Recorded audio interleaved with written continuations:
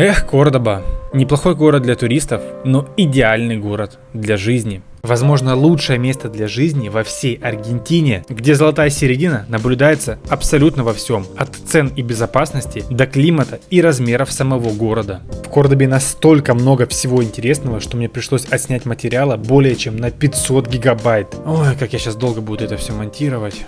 Чего не сделаешь ради искусства и просмотров. Еще находясь на родине, мы провели несколько бессонных ночей, выбирая, в какой из городов Аргентины нам лучше переехать. Ведь города, в которых мы живем и по которым путешествуем, по сути являются главной декорацией нашей жизни. И раз уж мы говорим про декорации, наверное, нужно сказать первым делом про внешний вид этого города. И красной нитью через все мое повествование будет проходить восхищение тем, как жители Кордобы невероятно удачно вписывают зеленую природу в свои каменные джунгли. Как же они замечательно вписывают зелень в свои вот эти кирпичные ландшафты. И просто посмотрите на у чуваков свой сад на раз, два, три, четыре, пять, шесть, на 8 этаже.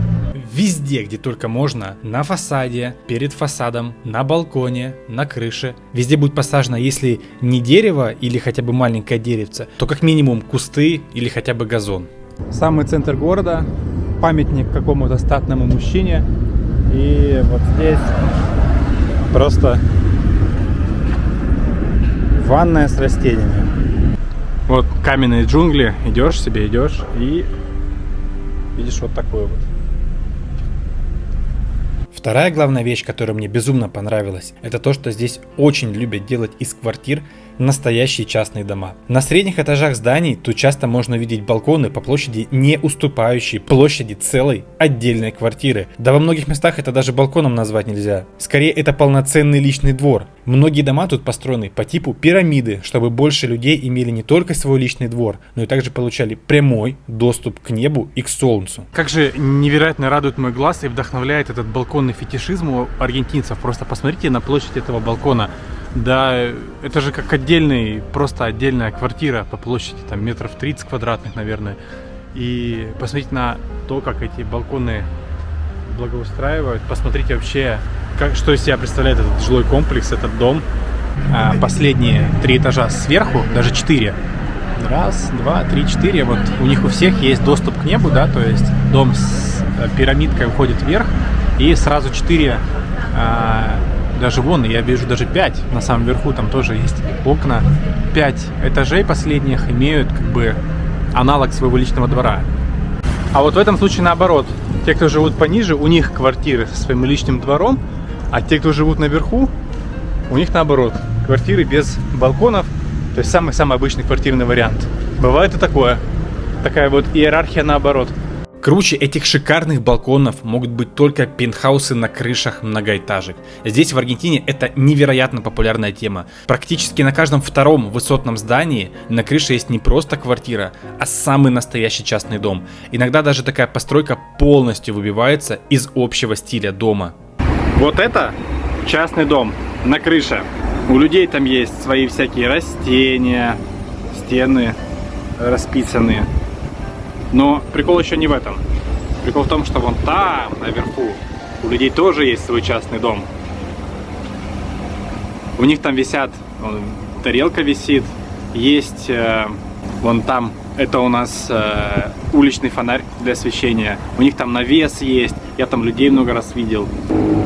И это, чтобы вы понимали, ну где-то 25 этаж. И у людей там свой дом, прям под небом.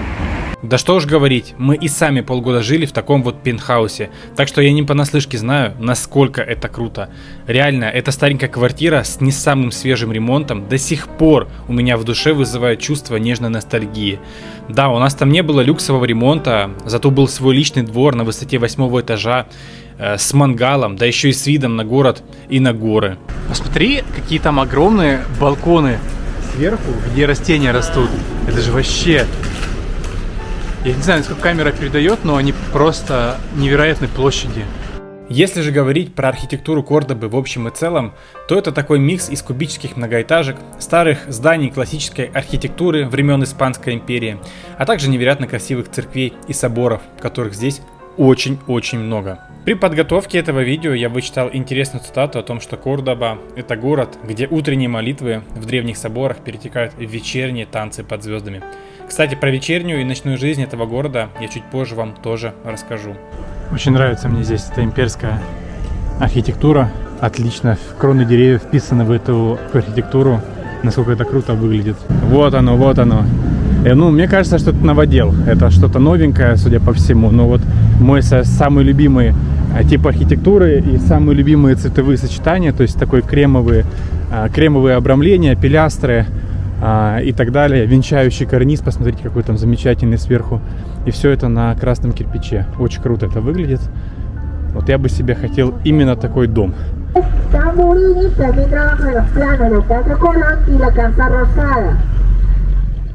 Помимо вышеупомянутых зеленых насаждениях, образ каменных джунглей также смягчает и делает более разнообразным стрит-арт. И я сейчас не говорю про эти убогие граффити, которые портят исторические здания. Очень красивое здание, как жемчужина на этой улице, но нижняя часть фасада, как и во многих местах, вот этими уродливыми граффити разрисовано. Нет, я говорю про стрит-арт здорового человека. И я честно скажу, я нигде еще не видел такого крутого уличного искусства. Мне кажется, у меня в телефоне уже сотни фотографий граффити из разных районов города.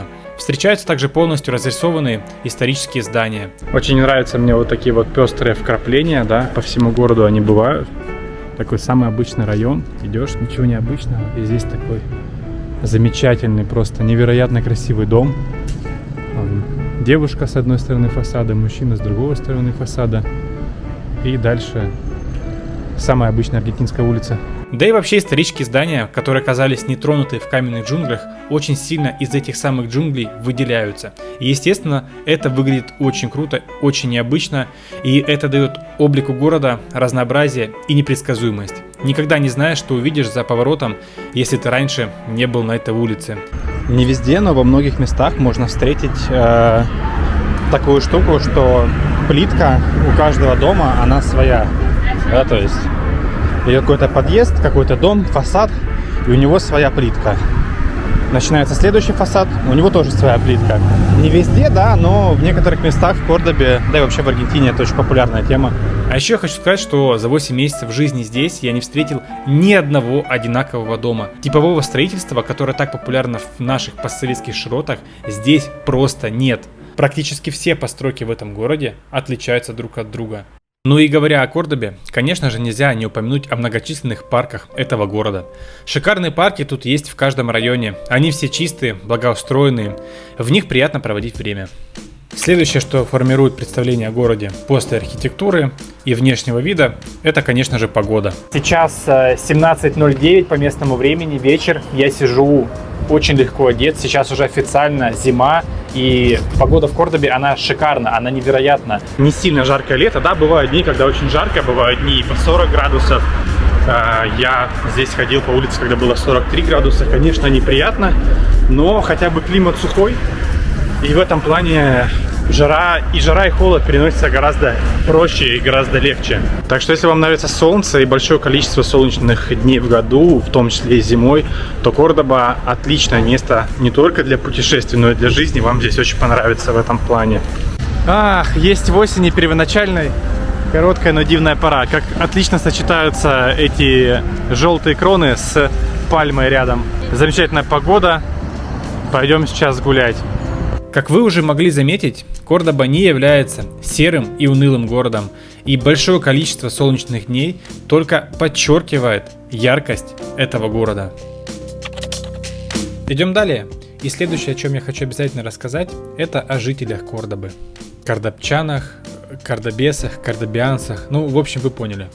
Люди в Аргентине невероятно теплые и общительные. Они очень позитивные, они всегда интересуются тем, откуда я приехал, как мне Аргентина, что мне нравится, что я уже попробовал, был ли я на футболе. По сути, всегда, если у меня есть время, с незнакомым аргентинцем стоит не только открыть рот, и он понимает то, что я не местный, хотя некоторые понимают еще даже на стадии осмотра моей внешности, то есть они уже изначально, если знают английский, обращаются ко мне по-английски, хотя мы не общались до этого, да, и они не слышали, что я с акцентом говорю на испанском. Всегда, когда у меня есть достаточно времени, вот такой вот small talk с аргентинцами может дойти до полноценного знакомства. У меня есть куча случаев, когда меня бесплатно куда-то приглашали. У меня есть случаи, когда мне делали большие скидки. У меня есть случаи, когда меня бесплатно подвозили до дома из супермаркета. То есть люди, с которыми я просто знакомился в очереди, говорили: блин, я сейчас на машине, давай я тебя отвезу. И это было несколько раз. И ты как будто привыкаешь быть в центре внимания. Твой ребенок привыкает постоянно быть в центре внимания, потому что все пытаются с ним познакомиться, сделать комплименты. И даже на этот замечательный автобус я попал бесплатно по специальному приглашению от хозяина автобуса. Стою на центральной площади, снимаю контент. Подходит ко мне женщина, которая работает зазывалом в этих сити-турах. Начинаются вот эти стандартные вопросы, типа: кто ты, что ты снимаешь, интересно, о чем рассказываешь. Так разговорились, я сказал то, что у меня есть миссия тем людям, которые из Украины, России, там, Белоруссии и вообще всего постсоветского пространства, которые хотят куда-то уехать. Я им рассказываю про Аргентину, не только, причем про Буэнос-Айрес, про Кордобу в том числе. И у меня есть такая миссия тем людям, которые ищут, я хочу помочь в этих поисках. И они пригласили меня бесплатно на свой сити-тур для того, чтобы я при помощи их автобуса еще лучше показал и рассказал о Кордобе. Вот там вот возле знака я стоял, снимал, а вот здесь эти ребята, сити-тур. В общем, рассказываю историю о том, как этот автобус оказался здесь, в Аргентине. Я пообщался с его водителем и хозяином вообще этого бизнеса. Он сказал, что в далеких 90-х годах этот автобус, которому уже на тот момент было лет 40, да, он уже был списанный, он его купил в Ливерпуле, морем доставил сначала до Нью-Йорка, а потом морем оттуда доставил до Буэнос-Айреса. Здесь уже по стране он колесил, и вот сейчас он в Кордобе проводит экскурсии, экскурсионные туры. Я спросил у него, как он ремонтирует этот автобус, потому что я такой фирмы никогда не видел. Это чисто английская тема. Где он достает запчасти, это же старый автобус. Он намотал уже 400 тысяч километров только с ним, да. Сколько до него намотал, он не знает. И он сказал, что ему пришлось вести еще один такой же, одновременно вести такой же автобус и использовать второй автобус как донор. То есть он из него берет запчасти и снабжает его этими запчастями основной автобус. Выдали вот такой плед, короче, чтобы было теплее ехать. Жаль, шапку не выдали. В общем, несмотря на то, что я знаю Кордобу уже вдоль и поперек, прожил здесь много месяцев, все равно даже для меня эта поездка на автобусе была очень интересная, очень забавная. И если вы будете в Кордобе, обязательно возьмите этот автобусный тур. Длится он примерно 1,5 часа. Контакты для записи я оставлю в описании к видео. Но я советую садиться только в левой части автобуса, иначе есть риск получить ветками по лицу.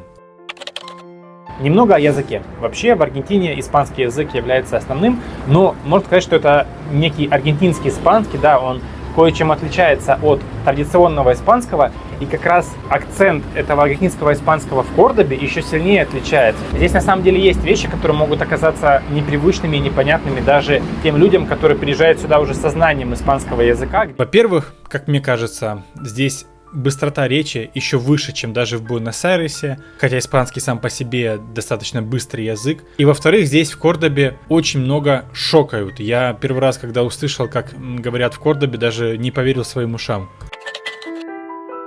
И раз уж вы досмотрели до этого момента, значит, скорее всего, вы заинтересовались этим городом. В таком случае, специально для вас я хочу рассказать про еще один крайне немаловажный момент. Это возможность быстрой и легкой легализации.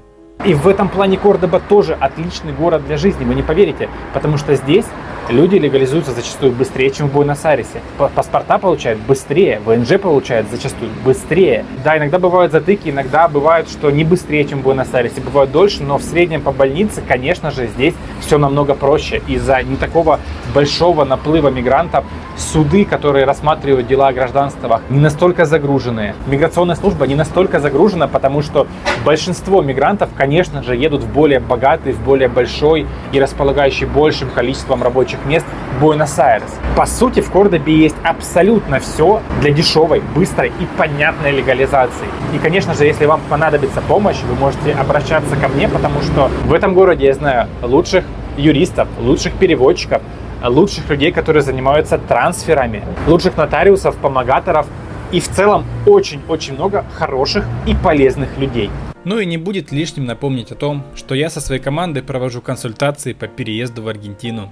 Если вы планируете переезд в Аргентину, то моя двухчасовая консультация – это 100% то, что вам пригодится. Первый час мы проведем в трехстороннем формате вместе с моим юристом, который уже более 18 лет непрерывно практикует помощь релокантам из постсоветского пространства. Вместе с ним вы сможете определить наиболее подходящий способ легализации для вас и вашей семьи. Узнаете весь необходимый список требований и документов для выбранного способа легализации. И впоследствии вы сможете обратиться к этому юристу для сопровождения уже после приезда в Аргентину. За все время, что мы консультируем наших клиентов, еще ни разу не было случая, когда мы бы не смогли подобрать подходящий способ легализации. Как показывает практика, подобрать рабочий алгоритм легализации можно практически для любого человека.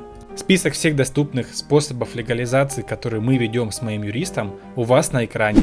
Второй же час вы проведете непосредственно со мной и сможете задать любые интересующие вас бытовые вопросы про Аргентину и выбранный вами город. Я изучил популярные города для жизни в Аргентине и то, какие там цены, какой размер русскоязычной общины, какие шансы на успешную и быструю легализацию, а также какой там климат и многое другое. Мы проводим уже по несколько консультаций в неделю, отработали множество кейсов, и можно сказать, что люди уходят от нас с целостным пониманием всех этапов и шагов, которые им предстоят в Аргентине. Запись на консультацию возможно по ссылке в описании. Немного истории. Кордоба основана в 1573 году испанцами, которые пришли колонизировать эти земли. Этот город является одним из старейших городов Аргентины. Кордоба быстро стала важным центром благодаря своему стратегическому положению на торговых путях и плодородной земле. В начале своей истории город развивался как религиозный и образовательный центр. В 1613 году здесь был основан университет Кордобы. Это второй по древности университет всей Южной Америки, что укрепило роль города как интеллектуального и культурного центра. В целом, в колониальный период Кордоба процветала благодаря сельскому хозяйству, скотоводству и добыче полезных ископаемых. Но в 19 веке Кордоба стала ключевым местом в борьбе за независимость Аргентины. Здесь разворачивались важные политические и военные события, которые определяли будущее страны. С началом индустриализации в 20 веке город стал центром промышленности, особенно в автомобильной и авиационных отраслях. Сегодня Кордоба – это современный мегаполис с богатым культурным наследием. Город славится своими колониальными зданиями, музеями, университетами и живописными горными пейзажами, которые привлекают туристов со всего мира. Кстати, про окрестности города и его пригороды. Я намеренно не стал показывать природные достопримечательности провинции Кордоба, потому что это слишком объемная тема, заслуживающая отдельного видео. Примерно то же самое и про загородные жилые районы. Да, в Кордобе есть понятие типичной загородной жизни с частными домами, лужайками и бассейнами, но рассказывать про такие районы в данном видео не считаю целесообразным. Слишком уж это увеличит тайминг. Вообще, мне несложно сделать отдельный полноценный обзор на все районы Кордобы по безопасности, по стоимости, по количеству полезной инфраструктуры в этих районах. Но я готов сделать это только если будет большая обратная связь. Если вы хотите такой контент на моем канале, дайте мне об этом знать. Немного про цены на жилье. Конечно же, жилье в Кордобе на порядок дешевле, чем в Буэнос-Айресе. Здесь вы можете снять двушку в центре города по цене однушки в Буэнос-Айресе, да и то на окраине города. Даже снимать пентхаус тут вы сможете за вменяемые 500-700 баксов. Частный загородный дом с личным бассейном может обойтись вам от $1000 в месяц. Даже с учетом недавнего подорожания всего, чего только можно, и как следствие поднялись цены на аренду квартир, все равно, несмотря на это, цены на жилье в Кордобу остаются очень демократичными. Несмотря на то, что я редко пользуюсь общественным транспортом, все-таки я чаще езжу на такси, потому что здесь оно просто копеечное. Тем не менее, изредка я пользовался местным общественным транспортом, и про него стоит рассказать. Плюсом является то, что автобусы и троллейбусы тут начинают ездить очень рано и заканчивают очень поздно. Для местных работяг это должно быть очень удобно. Когда я вижу на остановке около дома автобус в 3:30 утра, уже наполненный людьми, я понимаю, что время работы тут максимально подстроено под людей. Минусом я бы назвал то, что многие автобусы и троллейбусы уже достаточно старые, но тут уж извините, стоимость проезда в них до того низкая, что почти за бесплатную поездку странно было бы требовать новые автобусы. А еще водители автобусов тут реально любят погонять, так что не советую ехать стоя и не советую садиться на задние сиденья. Также, если говорить про транспортную доступность города, не могу не выделить шикарные велодорожки в Кордобе. Здесь не то, что выделяют целые бульвары отдельно под велосипедистов, тут для них строят целые развязки и эстакады со знаками приоритета. Просто посмотрите на эту красоту и скажите, есть ли хоть в каком-то городе постсоветского пространства что-нибудь, что будет хотя бы немного похоже на это? Я, если честно, не знаю. Если знаете, пишите в комментариях. Что мне нравится в велодорожках здесь, так это то, что люди понимают, что велодорожки предназначены для велосипедистов. И по большей части не ходят по ним. Хотя бывает, конечно, но по большей части не ходят. Еще один плюс Кордобы в сравнении с Буэнос-Айресом – это маленькое количество бездомных людей на улицах. Тут они есть, конечно, но далеко не в таких масштабах и не в таком количестве. Вот в таком виде бомжи, как в целом явление, да, свободного проживания на улицах, в центре города в том числе, они, на мой взгляд, являются проявлением именно излишней свободы. Да, Аргентина невероятно свободная страна. Если ты хочешь жить прям в центре города, да, портить центральные площади своим видом, я действительно считаю, что это портит вид. Если ты хочешь себя так вести, если ты хочешь таким образом жить, никто не может тебе запретить. Это обратная сторона безграничной свободы. Вечерняя ночная жизнь в Кордобе, на мой взгляд, не отличается от жизни в столице Буэнос-Айрес. Все-таки Кордоба – это студенческий город. Если вы будете жить в центре города, как я, то вы очень сильно будете ощущать то количество ночных движух и тусовок с вечера пятницы по вечер воскресенья. На мой субъективный взгляд, барно-ресторанная культура в Кордобе на отличном уровне. К тому же даже в центре города тут вполне приемлемые цены, как для полуторамиллионного мегаполиса. Например, сходить в очень хороший антуражный бар, пропустить пару больших бокалов фирменного пива с небольшой закуской обойдется вам в $14. Весьма демократичные цены. Кстати, напоминаю, что пить вредно. Про еду. Во многих странах есть своя еда, которую считают национальной и которую нужно обязательно, то есть закрыть это клише, по приезду в страну эту еду нужно обязательно попробовать. В Японии это суши, роллы, в Германии это могут быть какие-то там сосиски с пивом, во Франции это круассаны. Но в Аргентине как будто бы нет такого по-настоящему известного на весь мир национального блюда. Миланеса, ну, в принципе, да, но не настолько она известная во всем мире. Суп лёкра. Аналогично, это не является каким-то супер-супер известным во всем мире блюдом. Мате, но это даже не еда, это напиток. Но почему-то я решил показать для вас как раз эти блюда. Суп лёкра очень жирный и наваристый, и с одной тарелки можно наесться на целый день. Мате почему-то мне принесли в заварном пакетике, я до этого вообще не знал, что такое бывает. Хотел наоборот показать вам настоящий мате и способ его потребления. Весь плотный обед в хорошем кафе в самом центре города обошелся всего в $11. И, конечно же, хочу напомнить вам, что Кордоба – это второй по величине город Аргентины, скорее всего, самой футбольной страны в мире. Поэтому, даже если вы не интересуетесь футболом, я вам настоятельно советую в любом случае сходить на футбол здесь. В Кордобе огромное количество клубов, имеющих стадионы в разных районах города. Вы точно не пожалеете. А еще футбол в Аргентине – это чисто семейная тема. Родители ходят с детьми, внуки с дедушками, фанаты не дерутся, а футболисты умирают на поле за свою команду и своих болельщиков. В общем, футбол в Аргентине – это безумный кайф.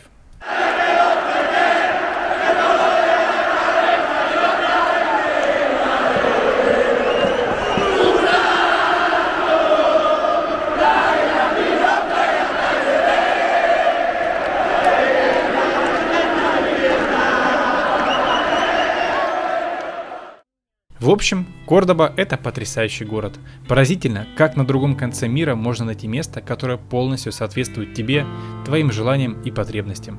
Мы живем тут уже более 8 месяцев, тут родился мой ребенок, и уровень родовой медицины здесь запредельно высокий даже в бесплатном госпитале. Здесь мы легализуемся, получаем гражданство и в целом наслаждаемся жизнью.